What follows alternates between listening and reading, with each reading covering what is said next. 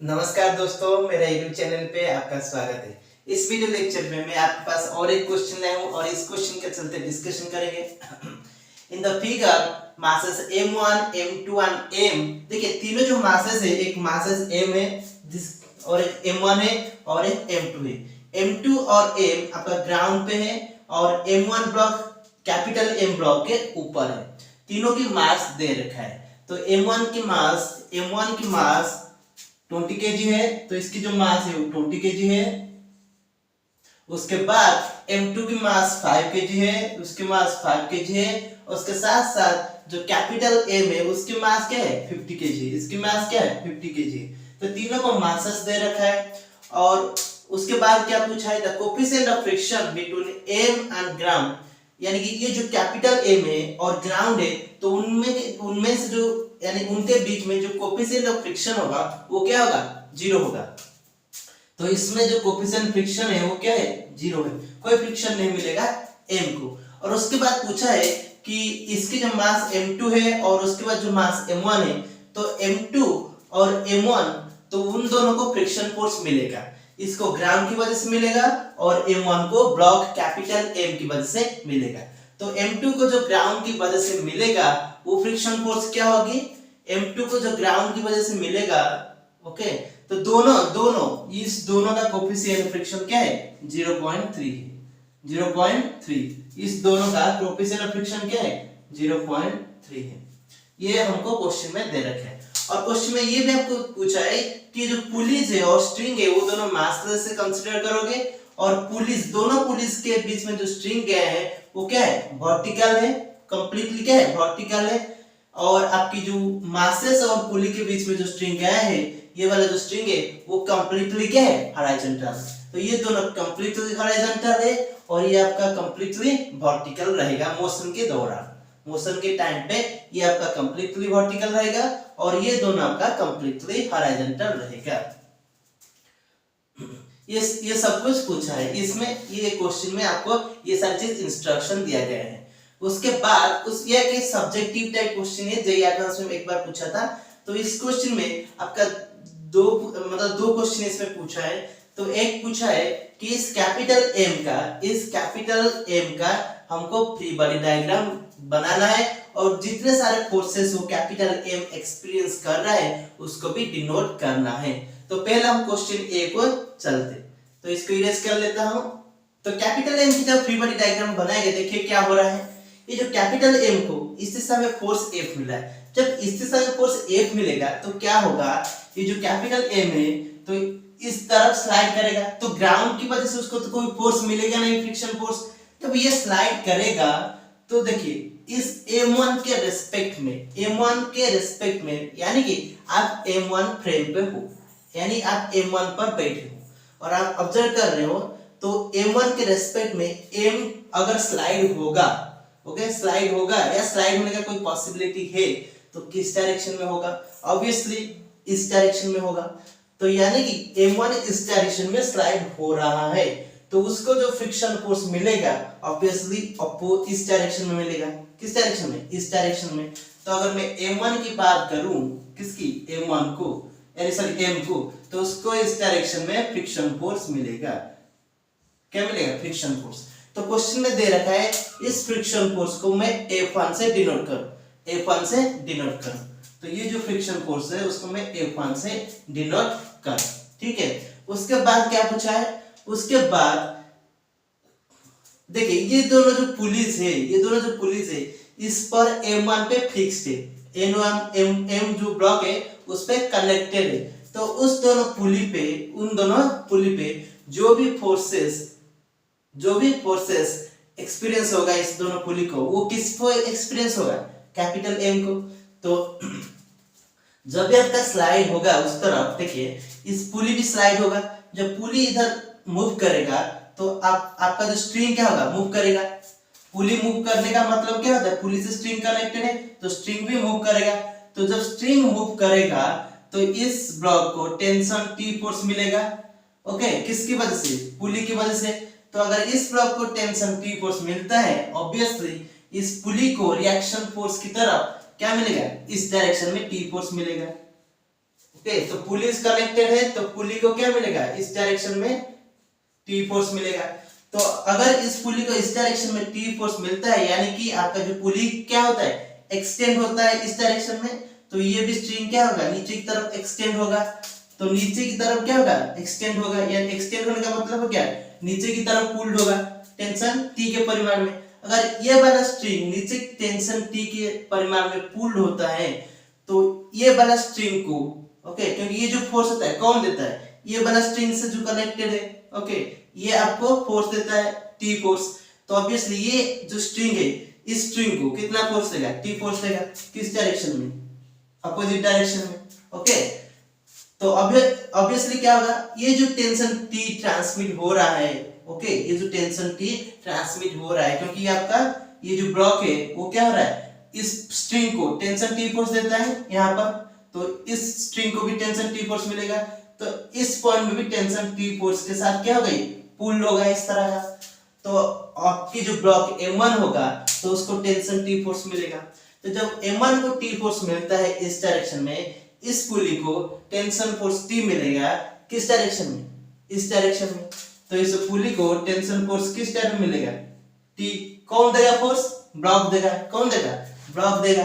तो ये जो टेंशन फोर्स, ओके, तो इस पोजीशन पे, ओके, ये तो फ्रिक्शन फोर्स क्या है, तो इसमें आपका जो पुली कनेक्टेड है, पुली को कैसे मिलेगा फोर्स, टी, और इसमें भी आपको टी फोर्स मिलेगा, और इसमें भी आपको टी फोर्स मिलेगा, ओके। तो ये गया हॉरिजॉन्टल डायरेक्शन में मास m को जो फोर्स मिलेगी, ओके। उसके बाद देखेंगे मास m को वर्टिकल डायरेक्शन में कौन सा फोर्स मिल रहा है। हाँ, इस पोजीशन में F फोर्स है, ओके, F फोर्स है। तो उस जो m है उसको वर्टिकल डायरेक्शन में, यानी कि इस डायरेक्शन में कौन सा फोर्स मिल रहा है। तो जो m है, तो m को, कैपिटल M को ग्रेविटी की वजह से नीचे फोर्स मिलेगा, ग्रेविटी की वजह से नीचे फोर्स मिलेगा।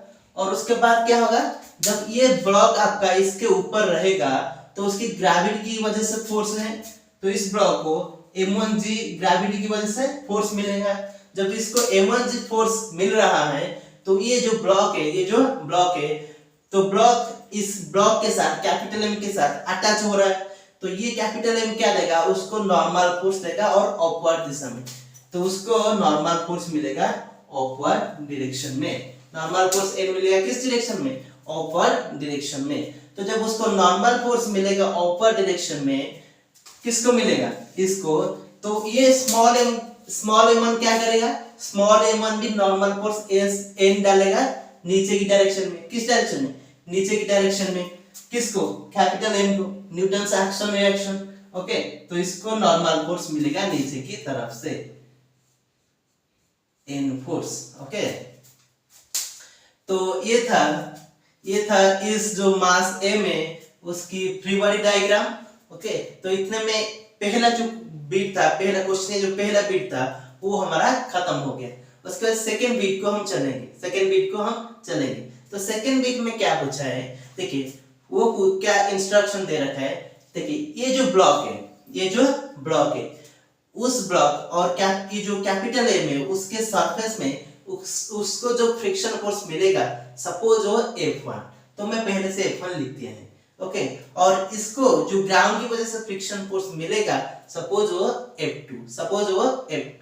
तो क्वेश्चन ने पूछा है अगर आपका F1 2F2 के बराबर होता है, F1 2F2 के बराबर होता है, ये अगर कंडीशन सेटिस्फाई होता है, तो मुझे आप बताइए ये F क्या होगा, और ये जो स्ट्रिंग है तो स्ट्रिंग में टेंशन क्या होगा। और उसके साथ साथ ये भी पूछा है कि उन जो मासेस है, यानी M1 कैपिटल M और M2 उनकी एक्सेलरेशन क्या होगा,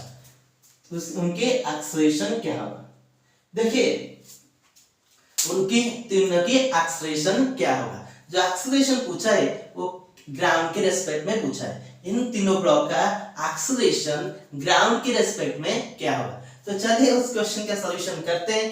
तो उसका सॉल्यूशन करने के लिए हम तीनों का जो इक्वेशन ऑफ मोशन है उसको लिखना जरूरी है। तो पहले में हम m का फ्री बॉडी डायग्राम बनाए हैं तो उसकी लिख लेते हैं। देखिए, तो तो उस जो कैपिटल एम है, कैपिटल एम को इतने सारे फोर्स मिल रहा है, तो कैपिटल एम का कोई वर्टिकल डायरेक्शन में तो कोई मोशन नहीं है, तो ये जो वर्टिकल डायरेक्शन में जो नॉर्मल फोर्स और ग्रेविटी की जो फोर्सेस है वो क्या हो जाएगी, बैलेंस हो जाएगी।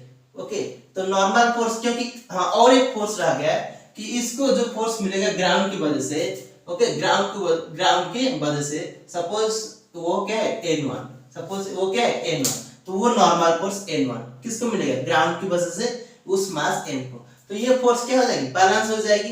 तो हम अब उसका हॉरिजॉन्टल डायरेक्शन में देखेंगे।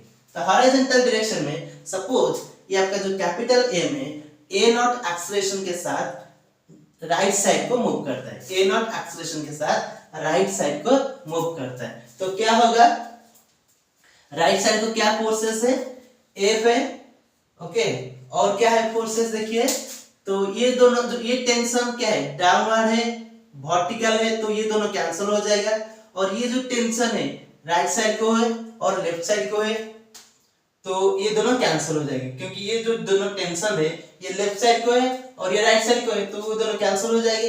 ये जो टेंशन अपवर्ड है और ये वाला जो टेंशन डाउनवर्ड है, तो ये दोनों टेंशन क्या हो जाएगी, कैंसिल हो जाएंगे।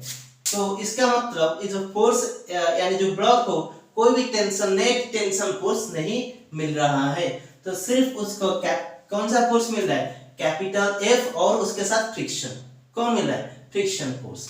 तो F और फ्रिक्शन फोर्स किस डायरेक्शन में, इस डायरेक्शन में, तो F माइनस F1, तो क्या हो जाएगा, उसकी जो मास M और उसकी एक्सेलरेशन A0, उसकी एक्सेलरेशन A0, तो उसकी जो एक्सेलरेशन A0 एक ग्राउंड के रेस्पेक्ट में, कहाँ, ग्राउंड के रेस्पेक्ट में हमका जो ब्लॉक कैपिटल मास M है उसकी एक्सेलरेशन क्या है, A0, किस रेस्पेक्ट में, ग्राउंड के रेस्पेक्ट में। तो ये हो गया एक इक्वेशन, ये हो गया एक इक्वेशन। तो नेक्स्ट चलते इन दोनों का फ्री बॉडी डायग्राम बनाता है और इक्वेशन लिखते हैं। तो बहुत सिंपल है, इन दोनों का फ्री बॉडी डायग्राम देखिए कैसे बनाता है। तो मैं पहले M1 का बनाऊंगा, किसका बनाऊंगा, M1 का। देखिए जो M1 होता है, मैं जब उसकी फ्री बॉडी डायग्राम बना रहा हूं तो मैं किस फ्रेम में बनाऊंगा, ना इस फ्रेम में बनाऊंगा, यानी कि मैं इस ब्लॉक की फ्रेम यानी जो कैपिटल M है उसकी ब्लॉक फ्रेम ऑफ रेफरेंस होगा मेरा, कैपिटल M मेरा क्या होगा, ये फ्रेम ऑफ रेफरेंस होगा, M फ्रेम लिखता हूं, उसको क्या लिखूंगा, M फ्रेम। तो जो M फ्रेम है, तो M फ्रेम में आपका ब्लॉक है, आपका ब्लॉक है, और उस फ्रेम में यानी कि M फ्रेम आपका एक्सेलरेटेड फ्रेम है, एक्सेलरेशन क्या है, A0, और किस तरफ A0 है, इस तरफ। ओके, तो मैं उस फ्रेम में जाकर उस ऑब्जेक्ट को ऑब्जर्व करूंगा। तो देखिए तो ये जो आपका ऑब्जेक्ट M है वो स्लाइड होने का उसकी जो संभावना है, तो किस डायरेक्शन में, इस डायरेक्शन में जो स्लाइड होगा, किसके रेस्पेक्ट में स्लाइड होगा, इसके रेस्पेक्ट में, किस स्लाइड होगा, M किस डायरेक्शन में, इस डायरेक्शन में। तो ऑब्वियसली उसकी रेस्पेक्ट में अगर मैं देखूं तो वो कहेगा मैं स्लाइड नहीं हो रहा हूं, ये जो स्मॉल M1 है वो स्लाइड हो रहा है, और जो स्मॉल M1 किस तरफ स्लाइड हो रहा है, मैं इधर नहीं हो रहा हूं। आपका M1 अगर स्लाइड होता है या कोई पॉसिबिलिटी है तो वो उधर होने का पॉसिबिलिटी है। तो अगर M1 आपका उधर होने का, स्लाइड होने का पॉसिबिलिटी है, तो उसको जो फ्रिक्शन फोर्स मिलेगा, जो भी पॉसिबल फ्रिक्शन फोर्स होगा, तो इस डायरेक्शन में होगा, इस डायरेक्शन में, इस डायरेक्शन में। तो जो M1 को फ्रिक्शन फोर्स मिलने का जो पॉसिबिलिटीज है, तो किस डायरेक्शन में, इस डायरेक्शन में, और उसकी परिमाण क्या होगा, ऑब्वियसली उसको F1 क्या होगा, F1। तो उसके साथ साथ इस जो ब्लॉक आपका टेंशन T से कनेक्टेड है, तो टेंशन T उसको किस डायरेक्शन में फोर्स देगा, इस डायरेक्शन में फोर्स डालेगा, तो ये आपका टेंशन T। तो अगर मैं वर्टिकल को देखूं वर्टिकल में, तो इसको क्या फोर्स मिलेगा, क्या फोर्स मिल रहा है, देखिए नीचे ग्रेविटी रहेगा, तो ग्रेविटी उसको फोर्स डालेगा कितना, M1G, और उसके साथ साथ उस ब्लॉक को अपवर्ड डायरेक्शन में नॉर्मल फोर्स मिलेगा। जो नॉर्मल फोर्स होगा वो क्या होगा, N होगा, ओके, N होगा नॉर्मल फोर्स। तो उसके बाद क्या होगा, हम इस एक्सेलरेटेड फ्रेम में काम कर रहे हैं, जब हम एक्सेलरेटेड फ्रेम में काम कर रहे हैं तो उसको हम एक टर्म ऐड करना जरूरी है, जिसको जीरो फोर्स कहा जाता है। तो जीरो फोर्स क्या होता है, उसकी परिमाण क्या होता है, जो जीरो फोर्स होता है उस ब्लॉक की मास इनटू जिस फ्रेम ऑफ रेफरेंस में उसकी एक्सेलरेशन। तो डायरेक्शन क्या होता है, जिस फ्रेम ऑफ रेफरेंस में अब वो जा रही है, मतलब एक्सेलरेशन अगर इस तरफ है तो उसकी अपोजिट डायरेक्शन में आपको इसको फोर्स मिलेगा, यानी कि जो सीडो फोर्स होगा उसका क्या होगा, फ्रेम ऑफ रेफरेंस की एक्सेलरेशन की अपोजिट डायरेक्शन में। तो परिमाण क्या होगा, उसकी मास, ऑब्जेक्ट की मास m1, फ्रेम ऑफ रेफरेंस की एक्सेलरेशन m1 a0, डायरेक्शन होगा इस तरफ, तो m1 a0 होगा। तो ये क्या हो जाएगा, m1 a0। तो m1 a0 किस डायरेक्शन में होगा, इस डायरेक्शन में सीडो फोर्स, तो सीडो फोर्स होगा तो क्या हो जाएगा m1 a0। ओके, और अभी देखिए, तो ये जो फ्री बॉडी डायग्राम मैंने बना लिया है किसका, m1 का, वो किस फ्रेम में, इस फ्रेम में। अगर मैं इस फ्रेम में यानी कि एक्सेलरेटेड फ्रेम में, तो सपोज उसकी जो एक्सेलरेटेड फ्रेम है उसकी जो भी एक्सेलरेशन होगा, उसकी जो भी एक्सेलरेशन होगा वो सपोज आपका a है, क्या है, a होता है उसकी एक्सेलरेशन, किस फ्रेम में, इस फ्रेम में, इस ब्लॉक M में। यानी कि अगर आप कैपिटल M में रहे हो और उस ब्लॉक पे आप ऑब्जर्व कर रहे हो स्मॉल m1 को, और आप देख रहे हो कि जो स्मॉल m1 है एक्सेलरेशन a के साथ अगर एक्सेलरेट हो रहा है तो एक्सेलरेशन a के साथ इस डायरेक्शन में मूव कर रहा है, तो इसकी जो एक्सेलरेशन होगा a होगा किस डायरेक्शन में, इस डायरेक्शन में। ओके, तो क्या होगा एक्सेलरेशन a, ये किसके, ये ब्लॉक के रेस्पेक्ट में। ओके, ब्लॉक के रेस्पेक्ट में, तो क्या हो जाएगा इक्वेशन, तो इस डायरेक्शन में उसकी मास m1 है और उसकी एक्सेलरेशन a है, वो क्या होगा, वो आपका टेंशन T, ओके, यानी tension T plus m1 a0 minus f1। Okay, ये हो जाएगा। और देखिए इस ब्लॉक का वर्टिकल डायरेक्शन में कोई फोर्सेस नहीं है, तो ऑब्वियसली जो नॉर्मल फोर्स होगा वो किसके साथ बैलेंस हो जाएगा, m1g। तो नॉर्मल जो फोर्स होगा वो किसके साथ बैलेंस हो जाएगा, m1g। तो इससे हम ये इक्वेशन मिला। तो अभी हम देखेंगे इस ब्लॉक का फ्री बॉडी डायग्राम, अगर इसका इक्वेशन। ओके, तो इसका इक्वेशन देखने से पहले हमको थोड़ा काइनेमेटिक्स की इस्तेमाल करना जरूरी है और उसके बाद लॉज ऑफ मोशन पे आएंगे। तो मैं पहले इसको इरेज कर लेता हूं और ये वाला पोर्शन को भी इरेज कर लेता हूं। तो चलिए इसकी डिस्क्रिप्शन करते हैं, किसकी, ब्लॉक इसकी। तो इसकी डिस्क्रिप्शन करने से पहले देखिए, इस जो ब्लॉक की एक्सेलरेशन की मैं बात करूंगा, तो ये ब्लॉक आपके इस पुली से कनेक्टेड है और ये जो पुलिस है इस ब्लॉक से कनेक्टेड है। यानी कि अगर ये जो पुलिस है इसका कोऑर्डिनेट अगर मैं मेजर करूंगा, तो सपोज इस पुलिस से इस पॉइंट का कोऑर्डिनेट क्या है, y, क्या है, y। पुलिस से इस पॉइंट का कोऑर्डिनेट, इस पॉइंट का कोऑर्डिनेट क्या है, y। तो अगर इस कोऑर्डिनेट का y है तो ये जो टर्म होगा d2y/dt2, ये क्या होगा, ये एक्सेलरेशन होगा। तो किसकी एक्सेलरेशन होगी, मास m2 की एक्सेलरेशन होगी। और अगर मास m2 की एक्सेलरेशन होता है किस फ्रेम में होगी, ये बहुत अच्छी चीज है। तो ये जो एक्सेलरेशन, ये जो टर्म आपको एक्सेलरेशन देगा वो मास m2 का तो देगा, परंतु ये किस फ्रेम में होगा, m फ्रेम में। क्या फ्रेम में, m फ्रेम में। ये उसके ऊपर नहीं है, परंतु इसकी एक्सेलरेशन m फ्रेम, ये जो टर्म आपको क्या देगा, इसकी एक्सेलरेशन इस फ्रेम में, क्योंकि ये m फ्रेम में यानी कि पुली से कनेक्टेड है कौन, ये वाला। अगर ये पुली से कनेक्टेड है, अगर आप y कोऑर्डिनेट मेजर कर रहे हो इस पुली से यानी कि ब्लॉक m से, यानी फ्रेम m से आप ऑब्जर्व कर रहे हो उसके कोऑर्डिनेट के वेरिएशन को, तो ऑब्वियसली ये जो क्वांटिटी होगा ये होगा acceleration of m2 with respect to m, यानी कि m फ्रेम में, किस फ्रेम में, m फ्रेम में। और देखिए ये जो क्वांटिटी होगा, ये अगर ये y होता है, ये आपका y होता है, तो ये आपका हमेशा ये दोनों पुली के बीच में जो डिस्टेंस रहेगा वो हमेशा कांस्टेंट रहेगी, क्योंकि दोनों पुली फिक्स्ड है तो डिस्टेंस हमेशा कांस्टेंट रहेगी। तो y प्लस ये जो डिस्टेंस होगा सपोज d, ये कांस्टेंट है। और इसके बाद इस पुली से इसकी कोऑर्डिनेट सपोज x है, तो प्लस x इक्वल टू क्या हो जाएगी, कांस्टेंट, क्या हो जाएगी, कांस्टेंट। तो ये कांस्टेंट है और ये कांस्टेंट है, तो अगर मैं इसकी 2 टाइम्स डिफरेंशिएशन करता हूं तो मुझे क्या मिलता है, d2y/dx2 प्लस d2x/dt2 ये क्या मुझे मिलता है, 0 मिलता है। ये क्या मिलता है, 0 मिल रहा है। यानी इसका मतलब है उसकी जो भी एक्सेलरेशन होगा m फ्रेम में, उतना ही एक्सेलरेशन आपका m2 का होगा m फ्रेम में, परंतु उसकी डायरेक्शन यानी कि अगर ये आपका इस तरफ आ रहा है, उसकी x कोऑर्डिनेट कम हो रहा है, तो ये इसकी y कोऑर्डिनेट क्या होगा, इंक्रीज होगा। ओके, यानी कि इसकी y कोऑर्डिनेट इंक्रीज होगा, इसका मतलब क्या होगा सर, अगर ये आपका इस तरफ आ रहा है, इस तरफ, हाँ, इसका x कोऑर्डिनेट क्या होगा, डिक्रीज होगा। तो अगर इसकी x कोऑर्डिनेट डिक्रीज होता है तो उसकी y कोऑर्डिनेट क्या होगा, इंक्रीज होगा। तो ये क्या होगा, ज्यादा हो जाएगी, ये क्या हो जाएगी, ज्यादा हो जाएगी। अगर ये इधर आ रहा है तो ये आपका क्या करेगा, इधर जाएगा। किस डायरेक्शन को जाएगा, इस डायरेक्शन को जाएगा, एक्सेलरेट होगा। किस फ्रेम में, इस फ्रेम में, ओके, ग्राउंड फ्रेम में नहीं, इस फ्रेम में।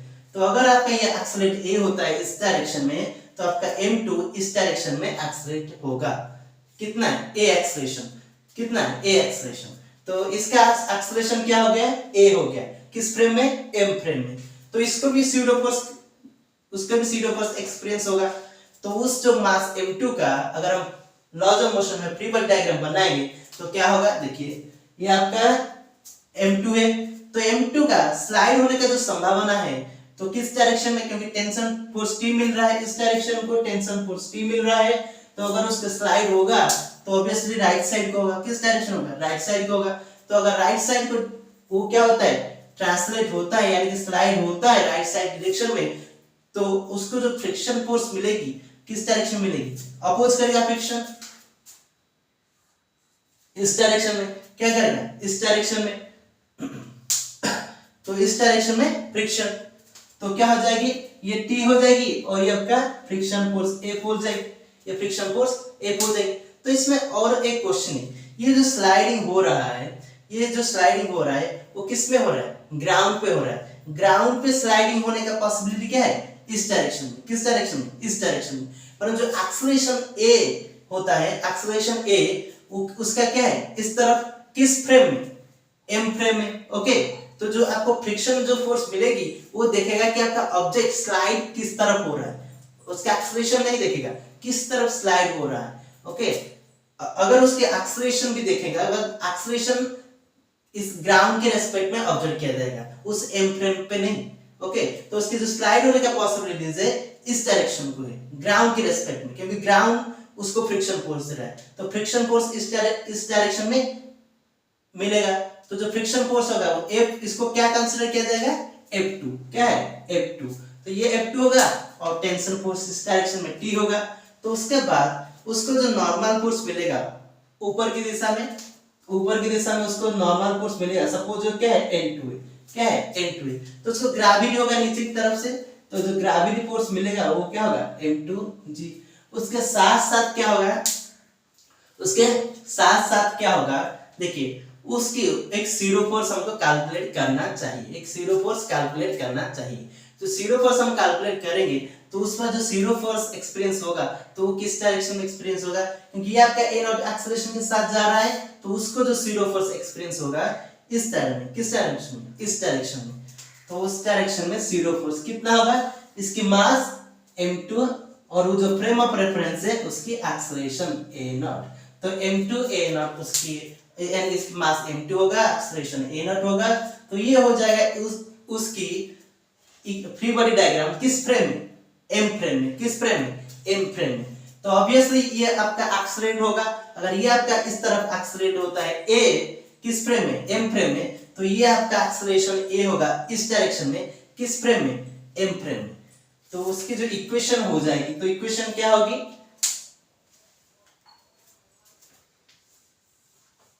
जो इक्वेशन होगी m फ्रेम में, तो क्या हो जाएगी, F2 plus m2 a naught, okay, ये quantity minus t equal to m2a, ये हो जाएगा।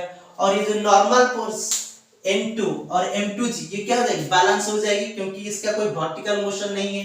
तो n2 आपका क्या हो जाएगा, n2 आपका m2g हो जाएगा, ओके। तो ये था हमारा इक्वेशन, हमको इक्वेशन मिल ही गया। तो उसके बाद हम क्या करेंगे देखते हैं, और बाकी सारी चीज ऑटोमेटिकली निकल ही जाएगा। तो क्या होगा देखिए, सॉरी ये F2 plus m2a naught minus t equal to m2a।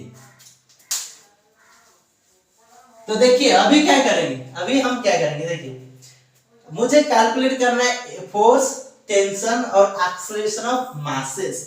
देखिए मुझे पूछा है आप मासेस की एक्सेलरेशन कैलकुलेट कीजिए, किसकी, मासेस के एक्सेलरेशन। जब वो मुझे बोला कि मासेस के एक्सेलरेशन कैलकुलेट करने के लिए, मैं तो बोला यार इसमें तो दो ही एक्सेलरेशन है, एक ए नॉट है एक ए है। तो जब मुझे वो बोला कि मासेस के एक्सेलरेशन कैलकुलेट करिए, यानी कि इन तीनों का एक्सेलरेशन एक ही है, ग्राउंड के रेस्पेक्ट में जो एक्सेलरेशन है ये तीनों का एक ही है, एक ही एक्सेलरेशन है। तो इसका मतलब है इसका तो ग्राउंड के रेस्पेक्ट में एक्सेलरेशन ए नॉट है, तो इन दोनों का भी ग्राउंड के रेस्पेक्ट में एक्सेलरेशन ए नॉट है। अगर इन दोनों का ग्राउंड के रेस्पेक्ट में एक्सेलरेशन ए नॉट है, इसका मतलब इन दोनों का इस फ्रेम ऑफ रेफरेंस में यानी एम फ्रेम ऑफ रेफरेंस में एक्सेलरेशन जीरो है। तो इससे मुझे पता चलता है कि जो ए होगा वो क्या होगा, जीरो होगा। तो ये मुझे किससे पता चला, क्वेश्चन से। क्वेश्चन में पूछा था आप एक्सेलरेशन इन तीनों मासेस का एक्सेलरेशन ढूंढिए, इनका मतलब है इन तीनों मासेस का एक्सेलरेशन एक ही है, और एक्सेलरेशन ढूंढिए का मतलब किस फ्रेम में, ग्राउंड फ्रेम में। ओके, तो इसका मतलब है उसकी जो इन तीनों का जो एक्सेलरेशन होगा वो ए नॉट होगा ग्राउंड के रेस्पेक्ट में। तो इसका मतलब है इन दोनों का ये जो दोनों है फ्रेम ऑफ रेफरेंस में, एम फ्रेम ऑफ रेफरेंस में, इन दोनों का एक्सेलरेशन ए जीरो हो जाएगा। तभी जाके उसकी जो एक्सेलरेशन होगी ग्राउंड के रेस्पेक्ट में वो ए नॉट होगी, क्योंकि उसका एक्सेलरेशन ग्राउंड के रेस्पेक्ट में क्या होगी, उसका acceleration with respect to frame जो कि ए, यानी कि अगर इस डायरेक्शन की बात करूं वो नेगेटिव माइनस ए, और उसकी acceleration with respect to ground जो कि इस डायरेक्शन में प्लस ए नॉट। तो minus A plus A naught, minus A plus A naught होता है किसकी, मास m1 के एक्सेलरेशन ग्राउंड के रेस्पेक्ट में। अगर ये एक्सेलरेशन आपका ए नॉट होता है, अगर ये आपका ए नॉट होता है, ऑब्वियसली आपका ए क्या हो जाएगी, जीरो हो जाएगी। तो ये क्या हो जाएगी, जीरो हो जाएगी। तो इसमें हम अभी पुट क्या करेंगे, a इक्वल टू जीरो। देखिए जब a इक्वल टू जीरो हो जाएगी, a इक्वल टू जीरो हम पुट करेंगे, क्या पुट करेंगे, a इक्वल टू जीरो। तो देखिए a equal to zero, a equal to zero, ये टर्म क्या हो जाएगी, जीरो हो जाएगी। अभी देखिए इसका मतलब है इस फ्रेम में, एम फ्रेम में इसका कोई एक्सेलरेशन नहीं है, यानी ये आपका जो ब्लॉक है इस फ्रेम में स्टेडी है, स्टेशनरी है। ओके, स्टेडी है, स्टेशनरी है। तो इसको जो फ्रिक्शन फोर्स मिलेगा वो क्या, वो जो फ्रिक्शन फोर्स क्या है, F1 है। तो वो जो F1 फ्रिक्शन फोर्स इसको मिलेगा, अगर आपका ऑब्जेक्ट स्टेडी है, स्टैटिक है, उसको जो फ्रिक्शन फोर्स मिलता है तो रिएक्शन फोर्स होता है, वो डिपेंड करता है एक्शन फोर्स क्या है। ओके, तो इसको जो फोर्स मिलेगा वो क्या है, रिएक्शन फोर्स। तो हमारा जो फोर्स है F1, F1 क्या हो जाएगा, रिएक्शन फोर्स। ओके, परंतु ये आपका जो ये जो ऑब्जेक्ट होगा ये ग्राउंड के रेस्पेक्ट में इसकी एक्सेलरेशन क्या रहेगी, ए नॉट रहेगी। ग्राउंड के रेस्पेक्ट में उसकी एक्सेलरेशन क्या रहेगी, ए नॉट रहेगी। किस डायरेक्शन में, इस डायरेक्शन में। तो अगर इसका एक्सेलरेशन ए नॉट रहता है ग्राउंड के रेस्पेक्ट में इस डायरेक्शन में, तो ऑब्वियसली उसकी जो फ्रिक्शन फोर्स मिलेगी वो काइनेटिक फ्रिक्शन होगी। किस फ्रिक्शन, काइनेटिक फ्रिक्शन होगी। और वो जो काइनेटिक फ्रिक्शन होगी यानी कि जो ये आपका जो F2 होगा वो क्या होगा, कोफिशिएंट ऑफ फ्रिक्शन 0.3 इनटू उसको जो नॉर्मल फोर्स मिल रहा है, और उसको जो नॉर्मल फोर्स मिल रहा है वो क्या है, N2 जो कि M2G, जो कि M2G। तो ये होता है F2 की परिमाण। तो इससे मुझे क्या मिल गया, F2 की परिमाण। तो मैं उसकी वैल्यूज पुट कर लेता हूं, ये 0.3 मासेस 5 और G की वैल्यू हमको 10 लेने के लिए क्वेश्चन में दे रखा था। तो ये क्या हो जाएगा आपका 15। तो जो फ्रिक्शन फोर्स मिला मुझे F2, मुझे जो F2 मिला वो क्या है 15। अगर मेरा F2 15 होता है, मेरा F2 की परिमाण 15 होता है, तो वो पूछा है F1 आपका 2F2 होगा। जब आपका F1 2F2 होगा तब ये तीनों को आप ढूंढिए, फोर्स, टेंशन और तीनों का एक्सेलरेशन यानी कि ए नॉट। तो मुझे F2 मिल गया, तो F2 से क्या मिल जाएगा F1। तो F1 क्या हो जाएगा 2 into F2 यानी कि 30 न्यूटन, 30 न्यूटन। तो इस इक्वेशन को देखिए, तो मुझे F1 और F2 दोनों मिल ही गया। ओके, F1 और F2 दोनों मिल ही गया। तो मुझे क्या कैलकुलेट करना है, मेरे पास अभी 3 इक्वेशन है और 3 वेरिएबल है। एक 3 वेरिएबल कौन है, टेंशन कैपिटल F और एक्सेलरेशन ए नॉट। तो F1 का वैल्यूज मैं पुट कर लेता हूं। तो F1 का वैल्यूज क्या है 30 है, और F2 की वैल्यूज क्या है 15 है। F1 के वैल्यूज 30 है। ओके, तो अभी मैं मासेस की वैल्यूज पुट कर लेता हूं। जो कैपिटल M होता है वो क्या है 50 होता है। तो ये मेरा क्या हो जाएगा F minus 30 equal to 50 A naught. ये एक इक्वेशन हो गई। दूसरा वाला ये इक्वेशन अगर मैं देखूं, A1 क्या है 20 kg है, तो ये क्या हो जाएगा T plus 20 A naught minus 30 equal to 0।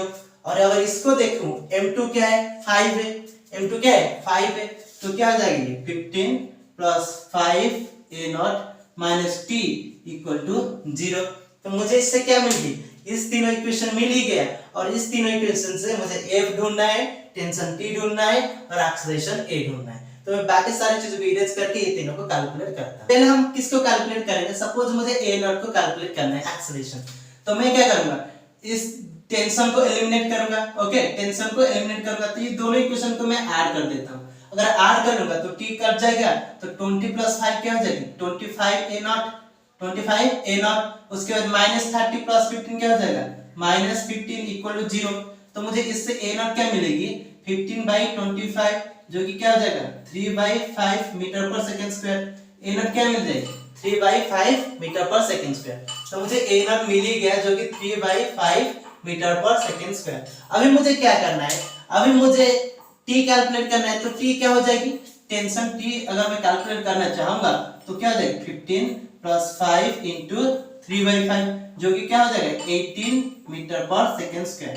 क्या हो जाएगा 18 मीटर पर सेकंड स्क्वायर। जो टेंशन t होगा वो क्या हो जाएगा 18 मीटर पर सेकंड स्क्वायर। उसके बाद अगर मैं कैलकुलेट करना चाहता हूँ f को, तो f क्या होगा, जो f होगा तो क्या हो जाएगा 30 प्लस 50 इंटू ए नॉट क्या होगी 3/5, क्या होगी 3/5। तो इससे मुझे क्या मिल रहा है, ये आपका 60 न्यूटन। क्या हो जाएगा 60 न्यूटन। तो आपका जो F होगा वो क्या हो जाएगा 60 न्यूटन। तो इतने में इस क्वेश्चन का सॉल्यूशन हो गया। ए नॉट यानी कि तीनों मास की एक्सेलरेशन ग्राउंड के रेस्पेक्ट में मिल ही गया, टेंशन फोर्स मिल ही गया और फोर्स भी मिल ही गया। तो इतने में जो जेईई एडवांस की ये क्वेश्चन 10 मार्क्स का था, तो इसकी सॉल्यूशन हो गई। Thank you for watching this video.